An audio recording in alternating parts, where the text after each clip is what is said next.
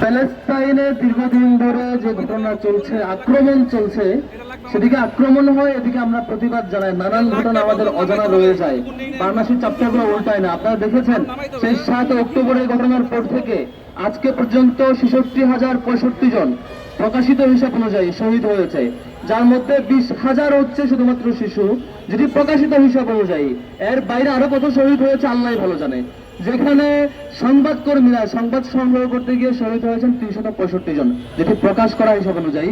এই এত মাত্রায় শহীদ অল্প সময়ে, সেখানে আমাদের সামুদ ফ্লোটিলার মধ্য দিয়ে যে বাহিনী, যে নৌযানগুলো আমাদের গিয়েছে, আমাদের বাংলাদেশের শহীদ আলম থেকে শুরু করে গ্রেটা টুর্নিবার্ড পর্যন্ত, আরো যারা যারা বিভিন্ন দেশের রাষ্ট্র এমপি, সিলেক্টেড অ্যাক্টিভিস্ট, বিভিন্ন কালচারাল অ্যাক্টিভিস্ট অনেকে গিয়েছে। এটা খুবই ক্ষুদ্র সহযোগিতা, এটা দিয়ে আমরা অনেক বেশি উৎফুল্ল হচ্ছি, ক্ষুদ্র খাওয়া। এরপরও আমাদের দিক থেকে অনেক বেশি সাপোর্ট এবং সমর্থন তাদের প্রতি থাকবে যারা এই সাহসিকতা দেখিয়েছেন।